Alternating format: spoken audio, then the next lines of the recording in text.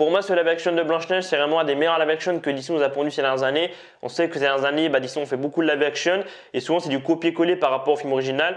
On sait que là, il y a avoir quelques changements et en vrai, je trouve que ça fonctionne super bien. Rachel Zegler, elle est vraiment exceptionnelle dans le rôle de Blanche-Neige, même s'il y a eu beaucoup de polémiques autour d'elle. Franchement, c'est une très bonne actrice. On l'a vu dans West Side Story, on l'a vu aussi dans Hunger Games. Franchement, dans Hunger Games, ça m'avait pas mal surpris. Dans Shazam 2, bon, on n'en parle pas, Shazam 2 était assez merdique. Mais franchement, Rachel Zegler, rien que pour la performance de Rachel Zegler, il faut aller voir ce Blanche-Neige. Gal Gadot, personnellement, c'est la première fois qu'elle me déçoit. Je trouve que c'est un peu dommage parce que c'est la première fois, si je ne me trompe pas, qu'on la voit dans le rôle d'une méchante. Et justement, on aurait pu voir une autre facette de sa palette d'actrice, tu vois.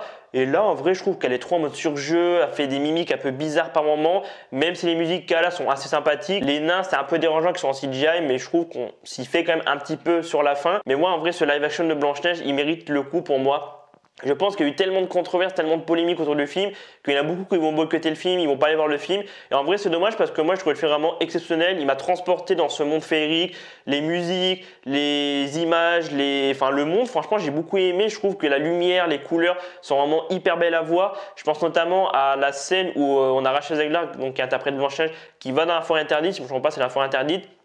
Et on a une noirceur, mais on a aussi des lumières rouges. Et franchement, c'est un plan qui m'est resté en tête tout le long du film. Et vraiment, ce que j'ai beaucoup aimé au niveau des images et de la couleur, c'est que quand c'est Blanche-Neige qui est interprétée par Rachel Zegler, c'est vraiment illuminé, c'est coloré, ça respire la joie de vivre. Par contre, quand c'est Gal Gadot qui interprète donc la méchante, la reine du film, c'est morose, c'est gris, c'est triste, tu vois. Et franchement, je trouve que même si tout est fait en studio, on sait que tout est fait en studio et qu'il y a quand même pas mal de fonds verts, tu vois les fonds verts par moment. En vrai, moi, ça m'a pas tellement dérangé. J'ai vraiment été transporté dans le film. Donc, je pense que si comme moi, vous êtes fan de Disney, si vous aimez les comédies musicales comme moi, si vous êtes fan du film original, je pense que vous allez vraiment surkiffer ce Blanche-Neige.